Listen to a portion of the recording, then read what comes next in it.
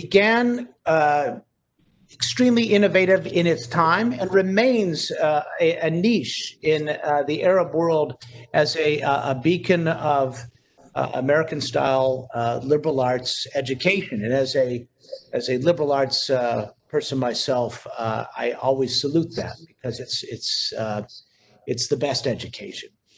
In that part of the world, in Beirut, it is kind of literally and figuratively an oasis.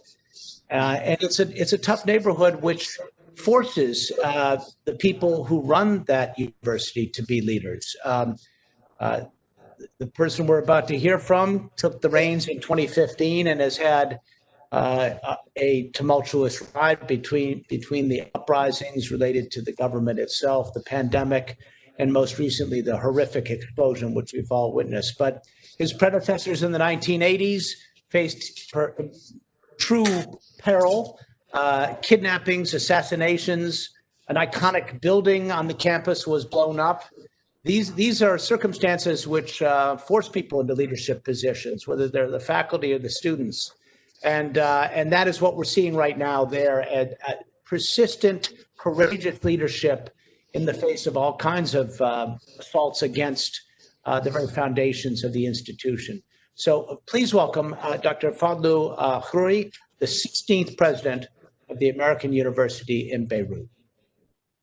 Thank you very much. I really appreciate it, Miles. I'm going to try to stay under 7 minutes. It's a pleasure and honor to be with friends like Jose and Patrick, and of course, Lejeune. Jose is also my boss because he's one of our trustees. So it's a privilege to be here.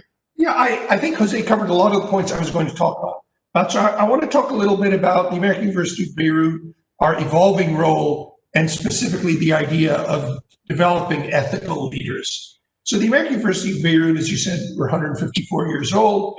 We've been developing leaders at the core of our mission for a long time, including more individuals who wrote and signed the UN Charter on Human Rights than any other organization, as well as the Charter of the United Nations than any other university.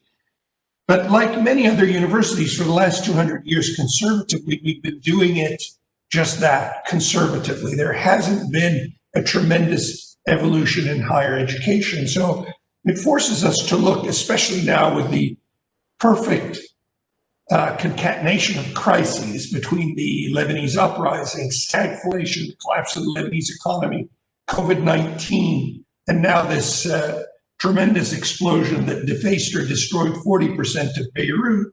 We have to look at what we're doing. Are we generating the next generation of leaders? Are we guiding them? Are we supplying them with the proper tools to grow? And from that perspective, we have to step back and look at what are we doing? The leading universities. Well, we should be in the business of developing tomorrow's ethical leaders. And what does a university offer? It really should, at the core, offer 5 things to a student. 1, self-actualization. They should leave here really knowing who they are, self-knowledge, self-confidence. The second is the ability to question a subject or a matter based on the evidence. Someone should leave the university with a political opinion and view, but they should be able to sift through truth and untruth. The third is, no question, their parents, and they expect to have some functional skills to participate in society. And the fourth category is really citizenship. It needs to be ethical, enduring, reproducible. They have to be grounded in values, as Jose said.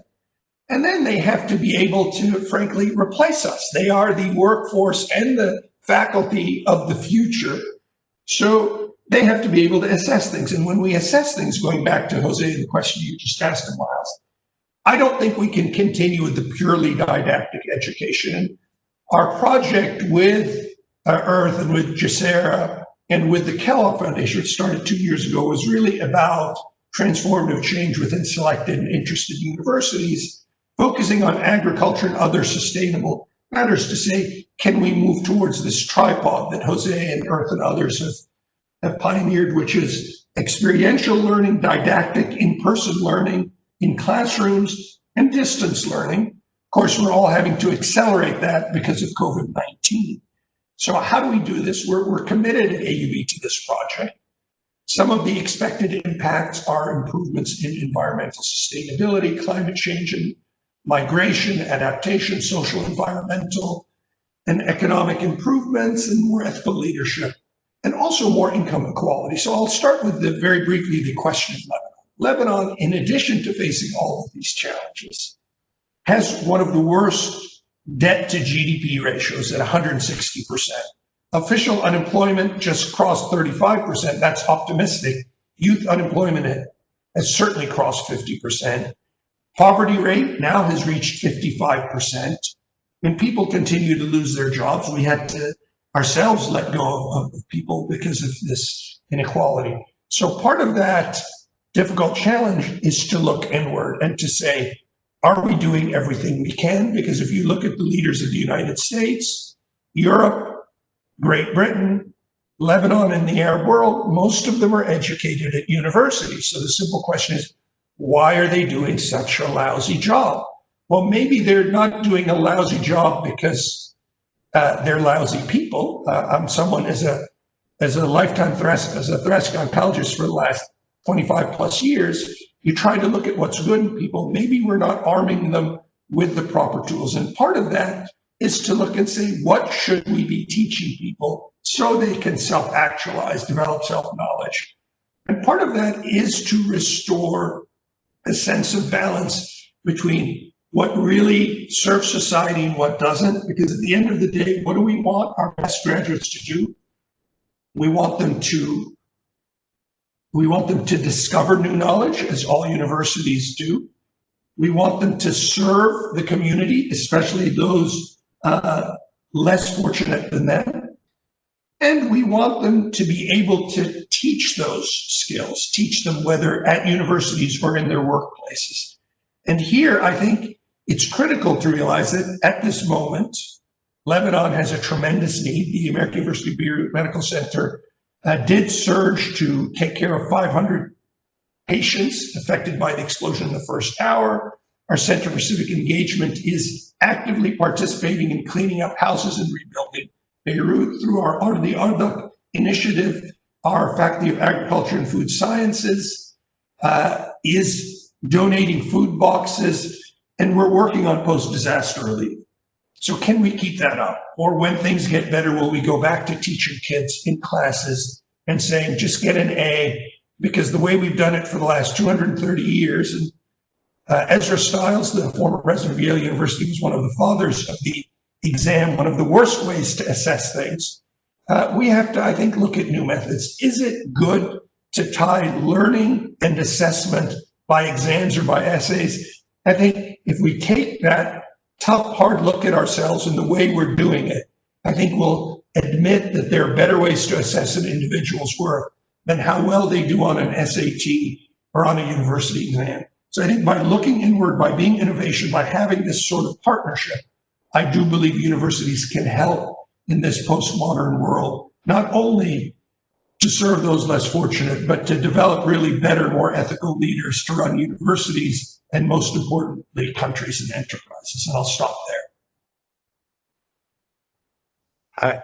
First of all, before we get too much deeper into the educational discussion, our hearts go out to you, given what you're contending with there. The explosion was bad enough, but all the pre-existing conditions that you alluded to have just put you in kind of a perfect storm scenario. How's the university doing? How are you doing personally? What can we do to help you? Most important. Thank you for asking. I think the university is still in shock, as its community is. I'm hearing statements from very learned and capable people saying this was worse than the Civil War, which of course it's not. If you look at the values, the first year of the Lebanese Civil War, 55,000 people died. Because of the depression of the economy, COVID-19, everything else, 175 people died, despite the magnitude of the blast, and 6,000 were injured, 300,000 dwellings were destroyed. But the psychological trauma, Miles, to our faculty, students, families, people are rushing to the airport in this great unknown. And our goal as a university is to stabilize that. That's why we brought together this consortium of 11 not-for-profit private universities. That's why, in addition to looking after ourselves, we're having to help the 5 other major teaching hospitals, 3 of which had far more devastation than us, to help them. And to say, look, it's not all about us. Yes, we're traumatized, but others are hurt even more badly. And I hope that we will survive as a community of hospitals, a community of universities, and here heal the mental and physical trauma so that we can move on and pick up pieces. All right.